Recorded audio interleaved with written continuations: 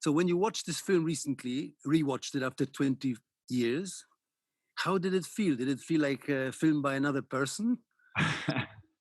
I felt exhausted, honestly. I felt exhausted because, in a way, Trigger, I haven't seen it in literally 20 years. And I don't know if that happened to you, but every scene, it was not about the scene itself. It was as it was about the things that I remember surrounded that scene around, and especially the problems and and what it took to get there, and that in a way triggered me some kind of an anxiety attacks.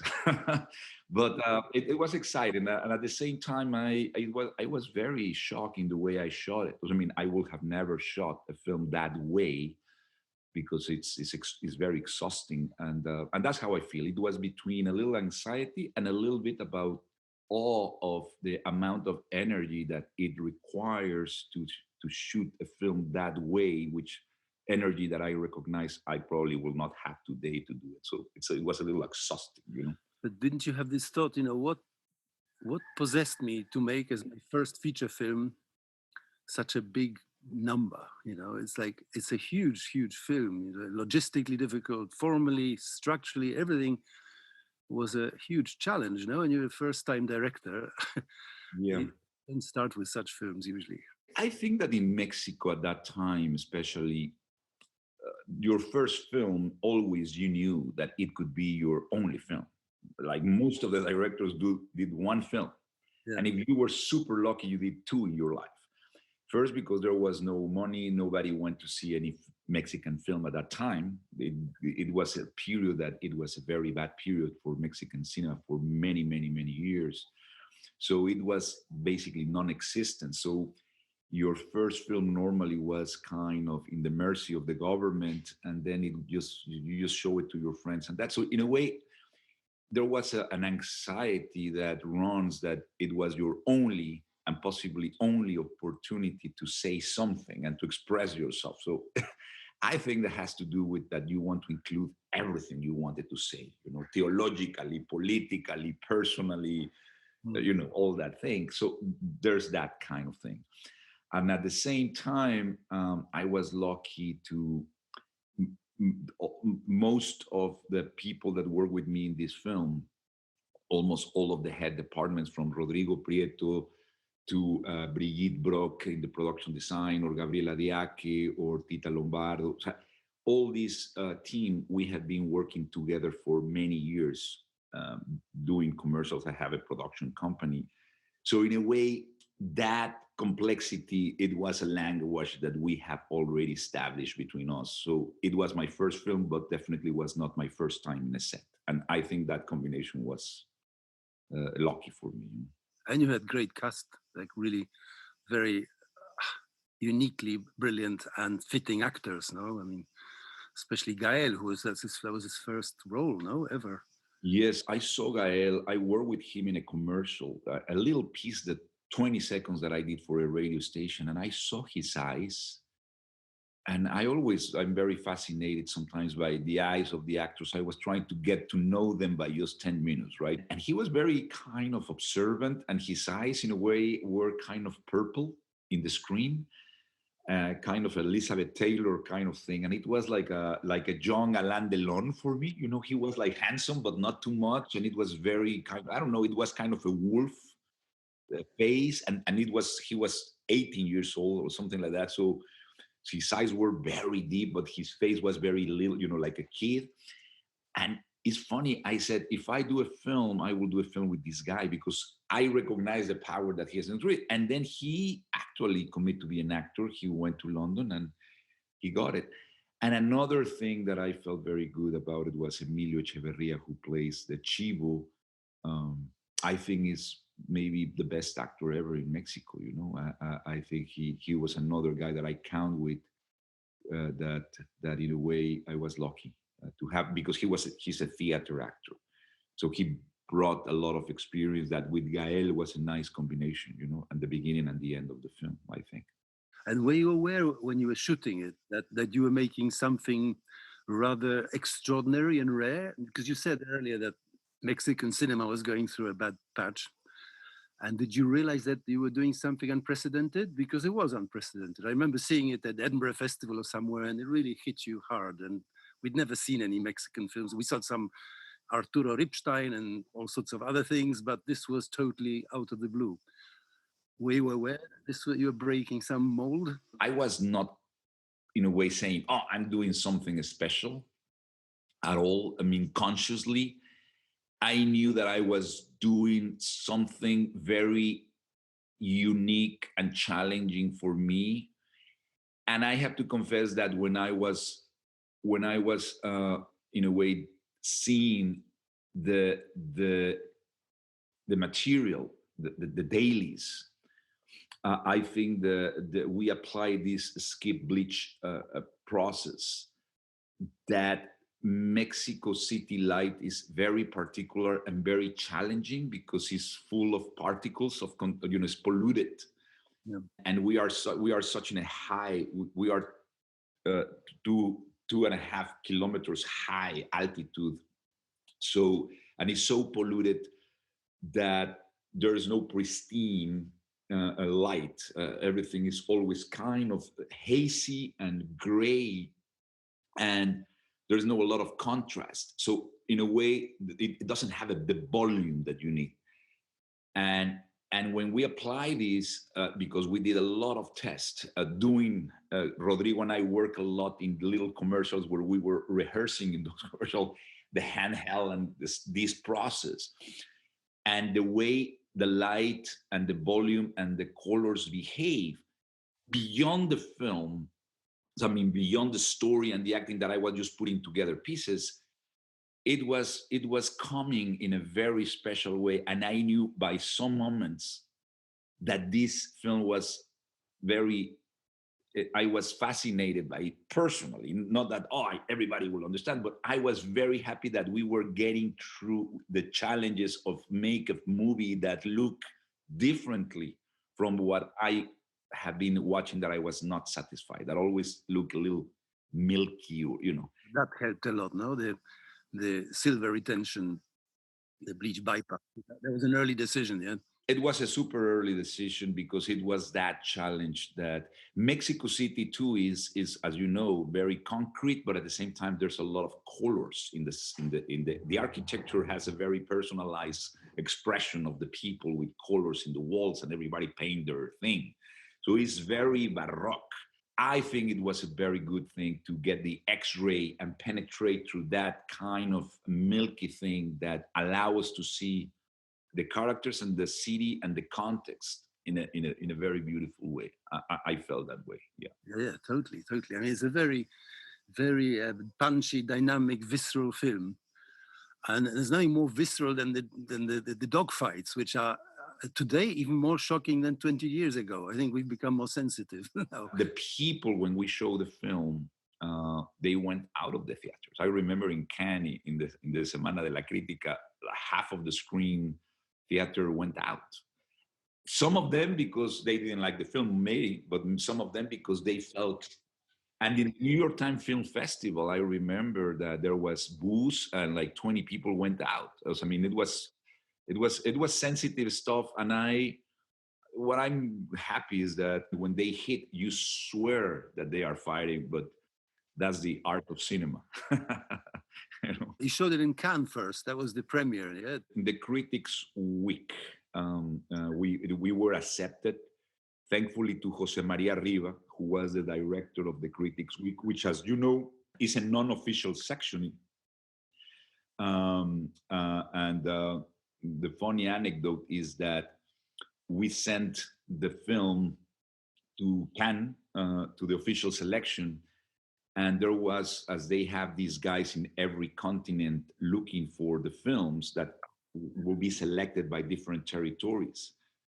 And this guy who was the responsible for getting or to find the good Latin American films, when he saw it, he said, this film will not be accepted. I will not show it to the committee of selections. And we said, why? And he said, because it's too long, it's too violent, and Gilles Jacob will not be sitting 2 hours, 40 minutes in a film with this violence, and this timing doesn't work for Cannes. I said, well, can you just show it to them? Just for them to see? No. So the producers tried to went out to show it, and he threatened that if we do that, he will, boycott the film, or. And we sent it then to the Semana de la Crítica, and Jose Maria Rivas saw it and invited us, and we end up, fortunately, being the underdog, and we won. And it was the best thing it could have happened. Sometimes bad things, but anyway, it was a time that it was difficult for Latin American films to be shown in Cannes, to be honest. It was rare. But what was the reaction? Okay, apart from people who left because of the violence, I mean, you saw it for the first time with an audience. It's a nerve-wracking thing in Cannes, no? It's a nerve-wracking thing. I remember that I smoked like 2 packages of cigarettes. I went out because people was going out in the theater. I went to La Croisette. I remember watching the sea with my wife and smoking. And the funny anecdote is that after it finished, there was Bernardo Bertolucci was the president of the Semana de la Crítica, that Jose Maria Riva had invited him as the president. So he did a little lunch in a little restaurant in Cannes with 6 young directors that we were presenting our films in the Semana de la Crítica. And for me was, Bernardo Bertolucci. So I arrived late because that day my film was presenting. They were already in the middle of the thing. And I arrived all sweaty. And Bernardo said, what happened, Alejandro? I said, well, I feel so nervous, and it's so weird to show something that has been in your womb for so many months and then show it to the world. It's like, and I said to him, Bernardo, Mr. Maestro Bertolucci, I envy you so much being Bernardo Bertolucci. And now you know that you are Bertolucci and you present your film and you don't have to be nervous. And I remember that he was taking a little martini and he just stopped, finished his olive in the mouth, and he said, Alejandro, I'm sorry, you are wrong. I said, what do you mean I'm wrong? He said, from now on, every time will be even worse than this one. And I said, oh, come on. He said, yes, you will see. And it's true. He was right. I mean, you don't get confidence by being an experienced filmmaker. Actually, every film becomes more painful to share. And I remember that he was right about that. Anyway, that was my baptism of being warned about how difficult it is sometimes to have something so personal and then to show it. You know that very well. Yeah, it's something. And also, you're less. You're more naive. You're less critical of yourself, I suppose. But you've gone. You've evolved interestingly, formally as well. Your films you've become a master of the developing shot now. Amores Perros, which is so dynamic handheld and everything. Now you've got these spectacular long shots. I don't know about your new film, but yeah, I think I got super exhausted about the structure and the multiple storylines, and I started to get very tired after Babel and this way of shooting, right? That obviously I was. When I did, as you said, I think sometimes innocence is stronger than experience. Yeah. And I felt that in Amores Perros, that I was very lucky to have that innocence still vibrating, that you are not, you don't demand of yourself a lot. This is your first film, maybe the last one, who cares? Let's do this, and you are young. And just to do it is the reason to doing it. There's no philosophical things or aesthetical question. It's all that, but it's just because you have to do it. It's like you have to eat, you have to breathe. Then obviously I tried to develop this trilogy in these 3 next films with Guillermo Arriaga to really try to make this exercise of multiple stories that can convey in different scenarios without seeing each other, different structures, and it was fun to play, but it was it became a little bit intellectualized.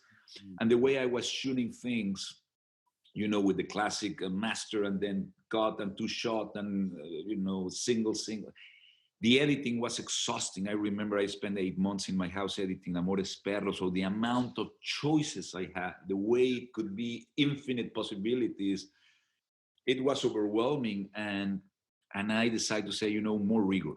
more rigor. Let's direct much before I want to make decisions, even before I have the material in my editing room. And that's how I start. And that's why I wrote as an exercise of a one single character, Beautiful, which was extreme version. At least for me, it's a very traditional film, but for me, it was like one character in a single line chronologically. It was like, what? I don't know how to do it. Anyway, but that was a reason for me to attempt other things. You know? So the script of Amores Perros was quite, I imagine, quite different from the finished film, no? I mean, there's so many movable things in it. Absolutely, I think the first draft that Guillermo had was like 215 pages or something like that. It was like it would be like a 4-hour movie, like a 3.5 hour. And we keep working for 3 years, you know. And I think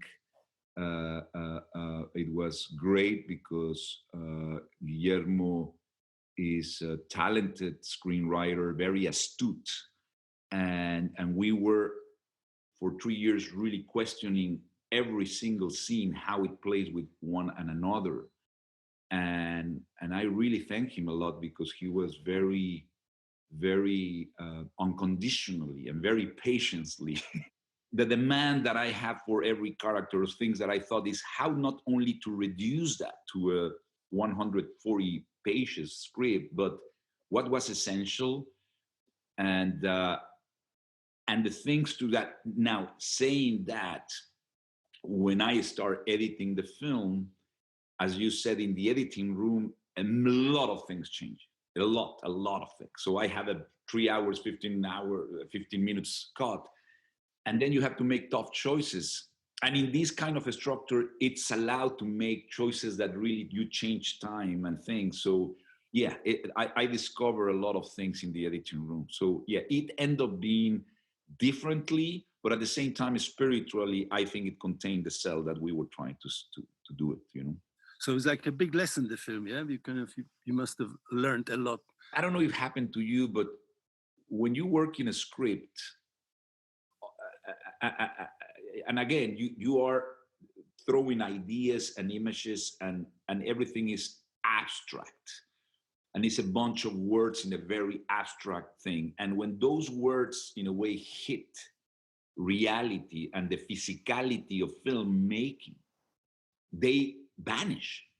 Yeah. So in a way, directing is to translate the emotions and the conflicts of human beings in images, and that is it sounds simple, but in a way, I think what I learned is that I was very happy after 3 years working and hard work of Guillermo and me getting this to be ready. I felt very safe. But once I start rehearsing, yeah, and see that some things that I have it in my mind perfectly and say, "Oh, this is beautiful," it didn't work.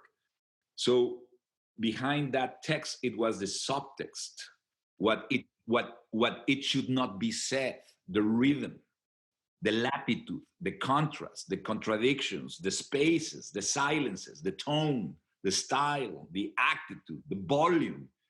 And suddenly when I arrived at, you know, any art works in an autonomy or in an autonomous way. It's a crisol that is permeated with so many other arts. So it's like a musical partiture, and all those things in a way for me were fascinating because I was used to shoot small things, but then when you are shooting something like that, pieces, and every of these atoms hits the other atom. I think for me it was a great exercise to put a big piece together and to the collage to get perspective. So, and I still learning every day. Yeah, what you're describing, I know it well, but I tend to just distill until all my films are 83 minutes and a half, you know, whereas you make these expansive films and you carry it off because you're an expansive character. What I love about your films and the way you work, Pavel, that I don't have that ability and capacity and talent is that as I told you many times, you said so many things with very minimal elements, and you get to the point because, in a way, I don't know if you have now understand the essence and the molecule and the atom, the atomic force of the essence of something, and in a way, I see you as a very sober and minimalistic artist that contains its own things, and you say a lot with little. So like, and I have to confess that I find myself, and maybe it has to do with my culture. I mean, you're a generous, open, expansive guy. No, but I feel that sometimes I'm not I'm not minimalistic. I'm maximalistic. You know, I consider myself like really. And again, in our culture, you hear the music, and the emotion is always super profound, and the shouts, and it's noisy, and the food is spicy, and the colors of the pictures are very colorful and intense. It's an intense culture, which in a way I embedded that. And I cannot see myself holding all that to become in that sense, because that's the way I express myself. So, and I recognize that, but I have been learning to balance. But in this first, I think Amores Perros is a maximalistic expression. Yeah. And I tell you, when I saw you like introduce your film and talk about it, I think in Edinburgh Festival, I said, yeah, this guy is like this film. I didn't know you then, but this guy made this film for sure. And I know it's very often the body language of directors like so expresses their films. It's very curious. But anyway, get back to Amores Perros. I mean, with all this kind of wealth and expressiveness and chaos, it's still a very straightforward morality tale. No, it's a story of many betrayals, and everyone gets punished. I think there's kind of a current theme in the three stories that, believe it or not, has to do a lot with the absence of fathers. There's no fathers in the history. So the father in the house of Octavio and Ramiro, there's no father. And is the mother trying to get these guys married with this little young girl, and the brothers fighting each other, kind of Cain and Abel. But there's a lack of a father figure that, in a way, put that. In the other story is the same. The father that abandoned the family, and then the girl, the lover, Valeria, which father, in a way, is ashamed of her because she's a model, and this morality. So the lack of father and the abandon of the father. And then the Chivo is this father that abandoned her daughter and the marriage for a political ideology, and he felt betrayed himself of what he did. So I think that is mainly the things that, in a way, runs in the vein of each story that I was very interested to show. And at the same time is this how passional ideological relations or affection, the heart can, in a way, can become very wild and irrational as the dogs, So that's why the name Amores Perros, because in a way, sometimes love can become very animalistic, and irrational and dangerous and even deadly. Many times, But everyone gets the just deserves in it, I remember that at that time they were saying that why the violence and the dogs. And I said, I don't like violence that do not have any consequences, because violence has a consequences no matter what. And I'm saying that is good or bad. It's just when you show violence and it's funny to kill somebody and get a gunshot and a smile and give a very clever punchlines, and it's an entertainment tool. I have problems with that, especially because obviously I have lived in a very violent country, which is not fun to watch. And so the irony and things like that, I do not understand. I understand, but I don't like it. Yeah. What I'm saying is, what I wanted to show is that these decisions of these characters, that the decision of Gael, or the character Octavio, to send to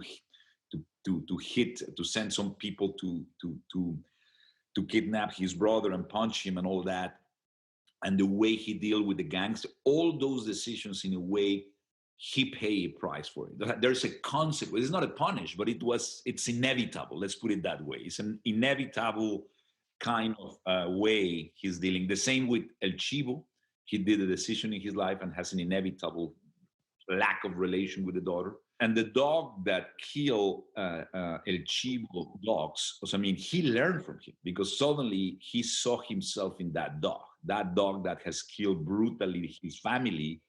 He recognized himself saying, I am doing the same. So, I mean, and that's why he stopped doing what it was. In a way, the dog redeemed him, you know. Yeah. Seeing that film and, you know, being where you are now, coronavirus, isolation, do you look at your work as a kind of journey towards something? How did it give you time to reflect? I mean, your new film is going to be some kind of a personal reflection.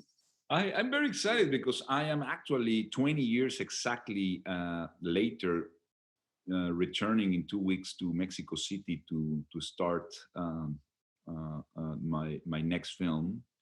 I haven't shot in Mexico City. I have shot in Mexico, in Babel. I shot in Tijuana and in the border and in Sonora. So I shot like a third in Mexico, but not in Mexico City.